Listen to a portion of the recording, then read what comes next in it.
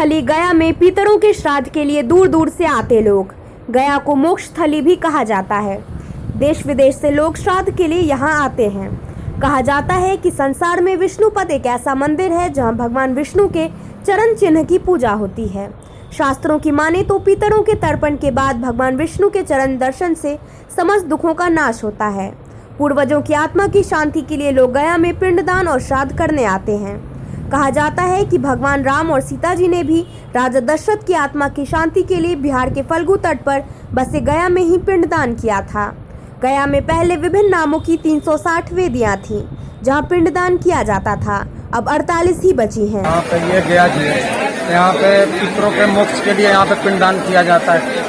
यहाँ से मुख्य जो 3 जगह है जो एक दिन में काम समाप्त होता है, उसका नाम है फल्गु, विष्णुपद और अक्षय वट। फल्गु से काम आरंभ होती है, विष्णु भगवान के चरण पर पिंड जाकर विसर्जन होगी, वहाँ पे पिंडदान होगा। और अक्षय वट, जिसको वट का घाट बोला जाता है, ठीक है ना।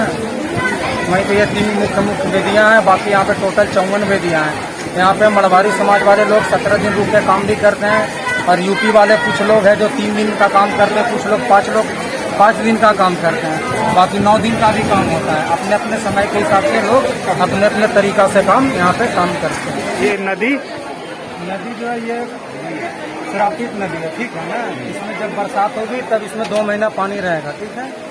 अब बाकी सब दिन सूखा ही रहता है। इसको माँ सीता ने श्राप दिए थे, ठीक है ना। सबसे पहले यहाँ राम भगवान ने और सीता जी ने आए थे यहाँ पिंडदान करने। जब वो दोनों यहाँ आए थे तो उस समय राम भगवान ने सामग्री लेने चले गए, तो सीता जी यहाँ बैठी हुई थी। उसी समय दशरथ भगवान ने यहाँ पर आकर अपना हाथ निकाला और सीता जी से कहा कि हमें पिंड दीजिए। तो उस समय कोई सामग्री नहीं थी, जिस वजह से सीता माता ने बालू का उन्हें 3 पिंड दिया। उसी पिंड की वजह से यहाँ बालू के भी पिंड दिए जाने लगे।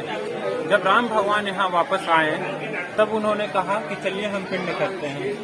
तो पिंड करते वक्त उन्होंने बोला कि हम तो अब ले आए, चलिए पिंड स्टार्ट करें। तो सीता माता ने कहा हम तो पिंड कर दिया। तो राम भगवान ने पूछा कि हमने तो सामग्री लाई नहीं, तो आपने पिंड कैसे किया? तब सीता माता ने कहा हमने बालू का पिंड दे दिया। तब राम भगवान पूछे कि आपके पास कोई साक्षी तो होंगे? तब सीता माता ने कहा मेरे पास 5 साक्षी है। सबसे पहला ये स्वयं नदी, ये स्वयं हमने नदी को साक्षी रखा है। तो नदी से पूछा गया कि क्या माता ने सत्य बोला, उन्होंने पिंड दे दिया? तो नदी को लालच थी कि हम पे स्वयं राम भगवान नीचे उतरेंगे, जिस वजह से उसने झूठ बोल दिया कि नहीं माता ने पिंड नहीं दिया। दूसरा जो था वो हो गया जो करवाया था, जो हम यहाँ का पंडा जी लोग होते हैं वो लोग, तो वो लोग ने भी कहा कि माता ने तो दान दक्षिणा दिया नहीं, तो फिर हमें मिला क्या, हम तो उतना मेहनत किए, जिस वजह से उन्होंने भी झूठ बोल दिया कि नहीं इन्होंने पिंड नहीं किया। तीसरा जो था वो था तुलसी का वृक्ष। तुलसी का वृक्ष जो था उसने भी कहा माता स्वयं राम भगवान हमें स्पष्ट करेंगे, तो फिर हमें तो फिर होगा नहीं। उसने भी झूठ बोला तो उसे श्राप मिला कि आप कभी भी स्वच्छ जगह नहीं रहेगा, जहाँ मैला कुछ लगा वहाँ ज्यादा पनपिएगा। घर में कभी भी लगाइएगा तो ज्यादा पौधा नहीं फैलेगा, लेकिन अगर कूड़ा कचरा जगह देखिएगा लगा हुआ तो बहुत बड़े बड़े रहेंगे, इस वजह से। और एक बच गया आपका गाय जो था उसने भी कहा कि माँ हम तो बालू का पिंड खा नहीं सकते, माता ने तो बालू का पिंड दिया है, तो वो राम भगवान अगर पिंड देंगे तो वो पिंड स्वयं राम भगवान मुझे खिलाएंगे। इस वजह से गाय भी झूठ बोल दिया। तो माता ने उसे श्राप दिया कि आप कभी भी मुख की पूजा नहीं की जाएगी। उनका जब भी पूजा होता है तो गोबर की पूजा करते हैं, हम लोग गाय की पूजन नहीं करते मुख की ओर। और 5वां जो था वो था अक्षय वट का वृक्ष था।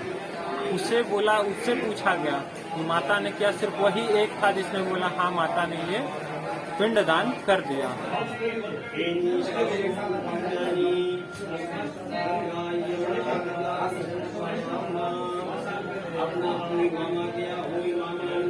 लेटेस्ट खबरों को सबसे पहले देखने के लिए सब्सक्राइब करें डिजिटल न्यूज़ 20।